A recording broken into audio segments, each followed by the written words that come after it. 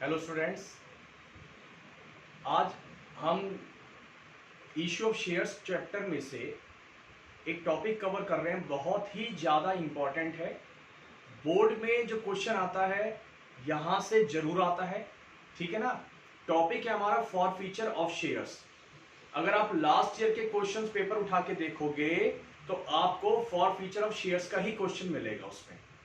तो for feature की जो एंट्रीज हैं उसके ऊपर थोड़ा सा हम डिस्कशन करते हैं कि वो एंट्रीज कैसे बनती है। वहां थोड़ा सा स्टूडेंट्स को दिक्कत होती है कि कंसेप्ट एक्चुअली है क्या, कितनी अमाउंट से हमारे को डेबिट करना है, कितनी अमाउंट से हमें क्रेडिट करना है।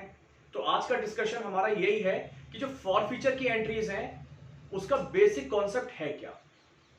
अब सबसे पहली बात आती है कि फॉर फीचर ऑफ शेयर्स का मीनिंग क्या होता है।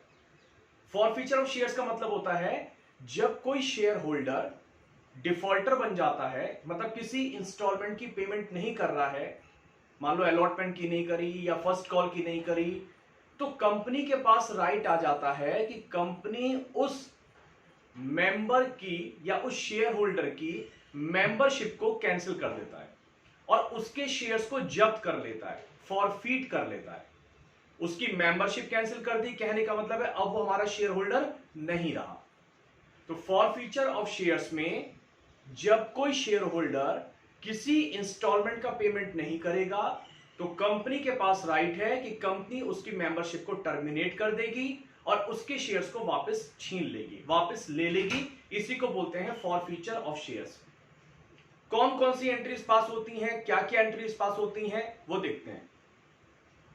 देखो, एक छोटा सा क्वेश्चन मैंने आपके लिए ड्राफ्ट कर रखा है। यहां पर फॉरफिटेड शेयर्स हैं 100, यानी कि किसी के 100 शेयर्स कंपनी ने फॉरफिट कर लिए, जब्त कर लिए, उसके शेयर्स छीन लिए। उसने एप्लीकेशन के 2 रुपए दे रखे थे, अलॉटमेंट के 3+1 मतलब प्रीमियम नहीं दिया, फर्स्ट कॉल के 4 रुपीज नहीं दिए, फाइनल कॉल के 1 रुपी नहीं दिया। टोटल करें 2 और 3 5 और 4 9 और 1 10 शेयर की ओरिजिनल वैल्यू है, +1 प्रीमियम है। इस तरीके से शेयर का इश्यू प्राइस, मतलब जो कंपनी ने मार्केट में शेयर इश्यू किया है, वो 11 रुपीज पे कर रखा था।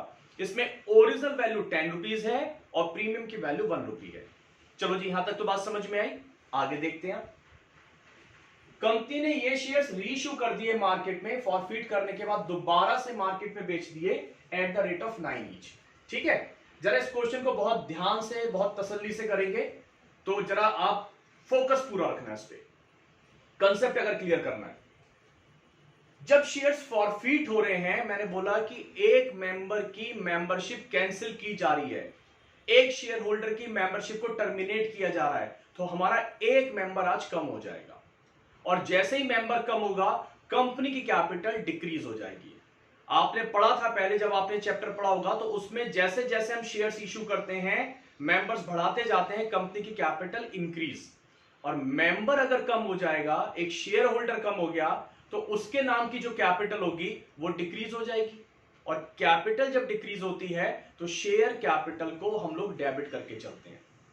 पूरे चैप्टर में कैपिटल क्रेडिट क्रेडिट क्रेडिट ही होती है, केवल कहां पर डेबिट होती है, जब शेयर्स फॉरफीचर का टाइम आता है। तो शेयर फॉरफीचर में शेयर कैपिटल अकाउंट डेबिट, इसमें कौन सी अमाउंट आएगी, 100 शेयर्स हम फॉरफिट कर रहे हैं और खास बात, जो मल्टीप्लाई की जाएगी वो कॉल्ड अप मनी से की जाएगी। ध्यान रखना, कॉल्ड अप मनी, कंपनी वालों ने जितना पैसा कॉल किया है। दूसरी पहचान, या तो ये कह लो कॉल्ड अप मनी से मल्टीप्लाई करी जाएगी, कॉल्ड अप मनी कंपनी ने जितना कॉल किया है।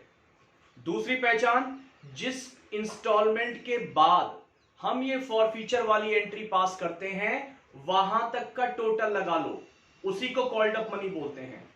मैं रिपीट करता हूं, जिस कॉल के बाद कंपनी ये शेयर्स फॉरफिट कर रही है वहां तक इंस्टॉलमेंट्स का टोटल। जैसे मेरे क्वेश्चन में इसने 2 रुपए नहीं दिए, सॉरी 2 रुपए एप्लीकेशन के दे दिए, अलॉटमेंट नहीं दी, फर्स्ट कॉल नहीं दी, फाइनल कॉल नहीं दी, तो इसके शेयर्स कब फॉरफिट हो रहे हैं, फाइनल कॉल के बाद हो रहे हैं। कंपनी ने से बहुत चांस दिया और फाइनल कॉल के बाद फॉरफिट हो रहे हैं। तो इसका मतलब है इसकी कॉल्ड अप मनी कितनी हो जाएगी, पूरे के पूरे 10 रुपीज हो जाएगी। तो यहां पर इंटू 10 कर देंगे, है ना। ध्यान देना, कॉल्ड अप मनी का मतलब होता है जितना पैसा कॉल किया है।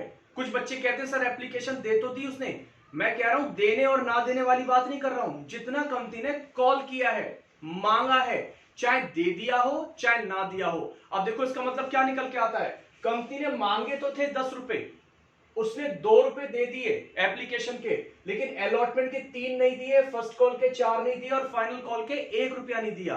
तो 4 3 7 और 1 8, 10 मांगे थे, 2 दे दिए, 8 नहीं दिए। तो यहां जो मल्टीप्लाई होती है वो कॉल्ड अप मनी से होती है। अच्छा अब सोचो, मैंने बोला कॉल्ड अप मनी से होनी है, या जिसके बाद शेयर्स फॉरफिट हो रहे हैं वहां तक का टोटल कर लो, वो कॉल्ड अप मनी होती है। मान लो अगर इस बंदे के शेयर्स कंपनी अलॉटमेंट के बाद फॉरफिट कर लेती, तो देखिए कॉल्ड अप मनी कितनी होती। अगर अलॉटमेंट के बाद फॉरफिट करती तो अलॉटमेंट तक का टोटल लगा लो, जब अलॉटमेंट के बाद ही फॉरफिट हो रहा है तो अलॉटमेंट तक ही तो पैसा मांगा होगा, तो कितना हो जाता फिर 2 रुपए और 3 रुपए 5 रुपए। ध्यान रखना है जब कैपिटल की बात करते हैं तो ओरिजिनल वैल्यू 1 रुपया तो प्रीमियम का है, सेपरेट है, 1 रुपये तो प्रीमियम के नाम से यूज किया जाएगा। कैपिटल के नाम की वैल्यू कौन कौन सी है, 2 3 4 और 1, 2 3 4 1। तो अगर अलॉटमेंट के बाद शेयर्स फॉरफिट होंगे तो कॉल्ड अप मनी कितनी हो जाएगी 5, अलॉटमेंट तक का टोटल लगा के देखा हमने। अगर किसी क्वेश्चन में सपोज फर्स्ट कॉल के बाद शेयर्स फॉरफिट हो रहे हैं तो फर्स्ट कॉल तक का टोटल लगा लो, वो कॉल्ड अप मनी हो जाएगी। तो यहां पर अगर हम देखें फर्स्ट कॉल तक का टोटल 2 + 3 5 + 4 9 से मल्टीप्लाई हो जाएगा। आई होप बात समझ में आ गई होगी कि 100 into called up money, called up company ने जितना कॉल किया हो, चाहे पे करा उसने चाहे नहीं किया, डजेंट मैटर, और या जिसके बाद शेयर्स फॉरफिट किए जा रहे हैं वहां तक का टोटल लगा लो, उसे भी हम कॉल्ड अप मनी ही बोलते हैं। तो अमाउंट आ गई 1000, तो उसकी पूरी कैपिटल जो पहले कभी क्रेडिट हुई होगी, अब कंपनी ने पूरी उसकी कैपिटल हटा दी, तो 1000 से कैपिटल डिक्रीज हो गई। आगे लिखा हुआ है एसपीआर अकाउंट डेबिट। एसपीआर तब डेबिट होगा अगर ये बंदा जिसके शेयर्स फॉरफिट किए जा रहे हैं इसने एसपीआर का पैसा नहीं दिया होगा। आप याद करो जब आपने एसपीआर मतलब अलॉटमेंट ड्यू करी होगी, यहां पर शुरुआत वाली एंट्री में, तो आपने एंट्री बनाई होगी share allotment account debit to share capital और टू एसपीआर। एसपीआर को आपने फायदा मान रखा था, तभी तो क्रेडिट किया हुआ था कि पैसे आ जाएंगे। लेकिन जब ये बंदा पैसे दे ही नहीं रहा अलॉटमेंट के, तो अलॉटमेंट के साथ लगा हुआ प्रीमियम भी नहीं दिया होगा, तो वो जो प्रीमियम आपने वहां क्रेडिट कर रखा था उस प्रीमियम को यहां पर आप कैंसिल करोगे। कैंसिल कैसे करोगे, वहां क्रेडिट था तो यहां पर डेबिट करोगे। तो सीधी सी बात क्या निकल के आई कि फॉर फ्यूचर वाली एंट्री में एसपीआर कब डेबिट होगा, केवल और केवल तभी डेबिट होगा अगर प्रीमियम का पैसा इस बंदे ने जिसके शेयर्स फॉरफिट किए जा रहे हैं नहीं पे किया होगा। और ये आप आसानी से जज कर लोगे, आप देख लो उसने कौन सी इंस्टॉलमेंट नहीं दी थी, अलॉटमेंट, अलॉटमेंट के साथ प्रीमियम था, तो अगर अलॉटमेंट नहीं दी तो प्रीमियम भी नहीं दिया होगा। और अगर मान लो वो अलॉटमेंट दे देता तो प्रीमियम भी दे देता, क्योंकि जिसके साथ प्रीमियम है अगर वो इंस्टॉलमेंट दे दी तो मींस प्रीमियम भी दे दिया, अगर वो इंस्टॉलमेंट नहीं दी मींस वो वाला प्रीमियम भी नहीं दिया। तो अगर प्रीमियम दे देगा तो यहां प्रीमियम डेबिट नहीं होगा। कब डेबिट होगा, जब नहीं देगा। तो मेरे क्वेश्चन में उसने प्रीमियम नहीं दिया है क्योंकि अलॉटमेंट के साथ प्रीमियम है, तो 100 इंटू 1, 100 रुपीज से प्रीमियम डेबिट कर दिया। To calls in arrears. अब देखो कॉल्स इन एरियर्स, जब अलॉटमेंट की आपने रिसीव करने वाली एंट्री बनाई होगी तो वो बनाई होगी bank account debit, calls in arrears account debit to share allotment account, ऐसे ही करा होगा ना, कॉल्स इन एरियर्स को डेबिट किया होगा। कॉल्स इन एरियर्स को डेबिट करने का मतलब है हम ये मान के चलते हैं कि बंदा फ्यूचर में पैसे देगा, उम्मीद है कंपनी को कि अभी नहीं दिए बाद में देगा।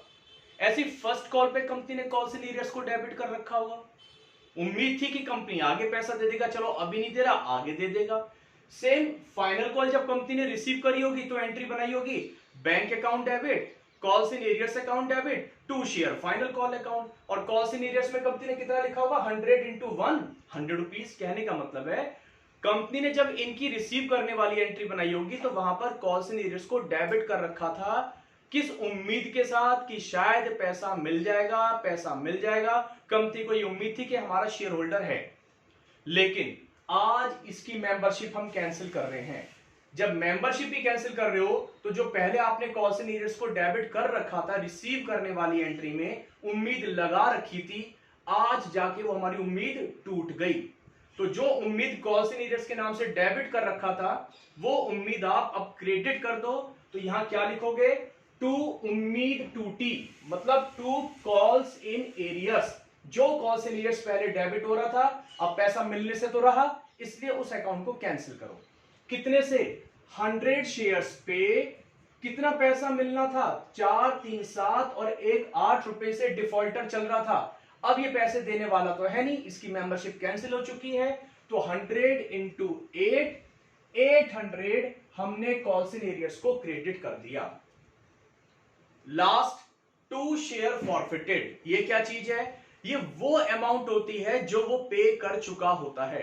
अगर आप वापस यहां पर आओ तो बात हो रही थी 2 रुपए दे दिए, 8 रुपए नहीं दिए। तो जो 2 रुपए दे चुका है 100 इंटू 2 के हिसाब से 200, 200 रुपए जो दे चुका है कंपनी उसके 200 रुपए भी जब्त कर लेती है। कंपनी उसके 200 रुपए रिफंड नहीं करती। तो वो जो कंपनी ने जब्त कर लिए, फॉरफिट कर लिए, वो कंपनी को फायदा हो जाता है, प्रॉफिट हो जाता है।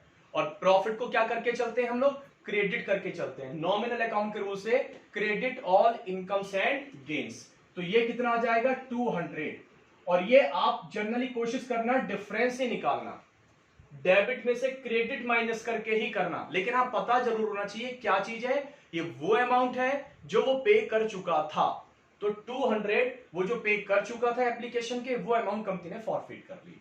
ठीक है, नरेशन में आ जाएगा बीइंग 100 शेयर्स फॉरफिटेड। आगे चलते हैं। अब कंपनी के पास यहां पर 100 शेयर्स आ गए। अब कंपनी ने क्या करा, इन शेयर्स को मार्केट में दोबारा से बेच दिया, री इश्यू कर दिया। कितने रुपए में, 9 रुपीज में। शेयर कितने का था, 10 रुपीज का था। ओरिजिनल प्राइस से कंपेयर करेंगे 10 रुपीज का था, 9 में बेच रहे हैं। कितने रुपए का लॉस हो गया, 1 रुपए का लॉस हो गया यहां पर कंपनी को। पहले जरा इतनी एंट्री पास करें, हमने जिस बंदे को 9 रुपए में बेचा होगा, 9 रुपीज में सेल किया होगा, रीइश्यू किया होगा, वो हमारे को 100 इंटू 9 के हिसाब से हमारे अकाउंट में, मतलब कंपनी के अकाउंट में पैसे डिपॉजिट करेगा। तो bank account debit 100 into 9, 900। Company को कितने रुपए का लॉस हुआ, 1 रुपए का। और कंपनी इस लॉस को कहां से पूरा करती है, अपने प्रॉफिट वाले अकाउंट से। और प्रॉफिट कितने किस नाम से था, शेयर फॉरफिटेड के नाम से था। तो जब इसमें से पूरा करेगी तो ये प्रॉफिट थोड़ा सा रिड्यूस हो जाएगा, कम हो जाएगा। तो इस प्रॉफिट को यहां पर फिर आप डेबिट करोगे, शेयर फॉरफिटेड अकाउंट डेबिट। कितना, 100 इंटू 1, 100 रुपीज। यही जो पहले प्रॉफिट था, जब लॉस पे बेचोगे तो वो लॉस डेबिट करेंगे। लॉस कहां से पूरा करेंगे, इस फॉरफिटेड अकाउंट से ही पूरा करेंगे। तो इसीलिए शेयर फॉरफिटेड अकाउंट डेबिट हो जाता है, यानी कि हमारा प्रॉफिट थोड़ा सा रिड्यूस हो गया। और अब हमारा एक मेंबर इंक्रीज हो गया। जैसे ही मेंबर इंक्रीज हुआ हमारे शेयर चलेगा, मतलब शेयर्स इश्यू हो गए, तो कैपिटल भी इंक्रीज हो जाएगी। कितने से, वही 1000 से। 900 प्लस 100, 1000। तो कुल मिला के अगर शेयर लॉस पे बिक रहा है तो लॉस किस नाम से डेबिट करोगे, शेयर फॉरफिटेड के नाम से डेबिट करोगे। इसी में एक बात और कवर कर देता हूं ताकि एंट्री कंप्लीट हो जाए। अगर शेयर 10 रुपए की बजाय 11 रुपए, 11 रुपीज में हम सेल कर रहे होते, इशू कर रहे होते, रीइश्यू कर रहे होते 11 में, तो क्या होता, फेस वैल्यू यानी कि 10 से ज्यादा में बेच रहे हैं, 10 से ज्यादा में बेचते तो 1 रुपए का प्रीमियम आ जाता। उस केस में रीइश्यू के टाइम पे हमने प्रीमियम ले लिया। तो एंट्री कैसे बनती, बैंक अकाउंट डेबिट 100 इंटू 11, 1100 आता। लॉस कुछ हुआ नहीं, इसलिए शेयर फॉरफिटेड डेबिट नहीं आता। 2 शेयर कैपिटल 100 इंटू 10, कैपिटल में ओरिजिनल वैल्यू आएगी। बार बार बोल रहा हूं, कसम खा लो, कैपिटल फेस वैल्यू से, ओरिजिनल वैल्यू से ही डेबिट या क्रेडिट की जाती है। तो 100 इंटू 10 1000 ही आता, और यहां आ जाता 2 SPR। जब भी फेस वैल्यू से ज्यादा में बेचेंगे वो SPR होगा, 100 इंटू 1 100 रुपीज, अगर प्रीमियम पे शेयर इशू होते। ठीक है, आगे तो हमारे क्वेश्चन में शेयर्स लॉस पे इशू हुए थे, लॉस कहां से पूरा किया, इस शेयर फॉरफिटेड वाले अकाउंट से। लास्ट अगर मैं पूछूं कि अभी भी कंपनी को कितना प्रॉफिट हुआ, नेट प्रॉफिट बताओ उन शेयर्स पे, तो देखो 200 रुपए का प्रॉफिट हुआ था। मैं अगर लिखूं ये प्रॉफिट था, 200 का प्रॉफिट हुआ था और 100 रुपीज का लॉस हुआ था, तो नेट अभी भी कंपनी कितने प्रॉफिट में है, 100 रुपीज के प्रॉफिट में है। कंपनी हमेशा प्रॉफिट में ही रहेगी, लॉस में कभी नहीं जाएगी। इस वाले केस में जब भी शेयर्स फॉरफिट पे जो प्रॉफिट आता है, इसमें कभी भी कंपनी इससे ज्यादा लॉस पर शेयर्स इशू नहीं करती। ठीक है, तो यहां पर नेट कितने का प्रॉफिट हुआ, 100 रुपीज का प्रॉफिट हुआ। ये प्रॉफिट कंपनी कहां डालती है, एक स्पेशल अकाउंट में ट्रांसफर करेगी, और उस स्पेशल अकाउंट का नाम होता है कैपिटल रिजर्व। तो share forfeited account debit to capital reserve, reissue करने के बाद जो हमारा प्रॉफिट बचा, उस प्रॉफिट को कंपनी कैपिटल रिजर्व में ट्रांसफर कर देगी, और इस पैसे को हम स्पेसिफिक जगह ही यूज कर पाते हैं एज पर लॉ। तो ये एक छोटा सा टॉपिक था जो मैंने आपके साथ शेयर किया है। मेन मेरा फोकस ये था कि मैं आपको कंसेप्ट अच्छे से डिलीवर कर पाऊं, और आई होप आपको ये समझ में आया होगा। ठीक है, अगर आया हो तो आप इसे लाइक कीजिएगा, शेयर कीजिएगा। Thank you.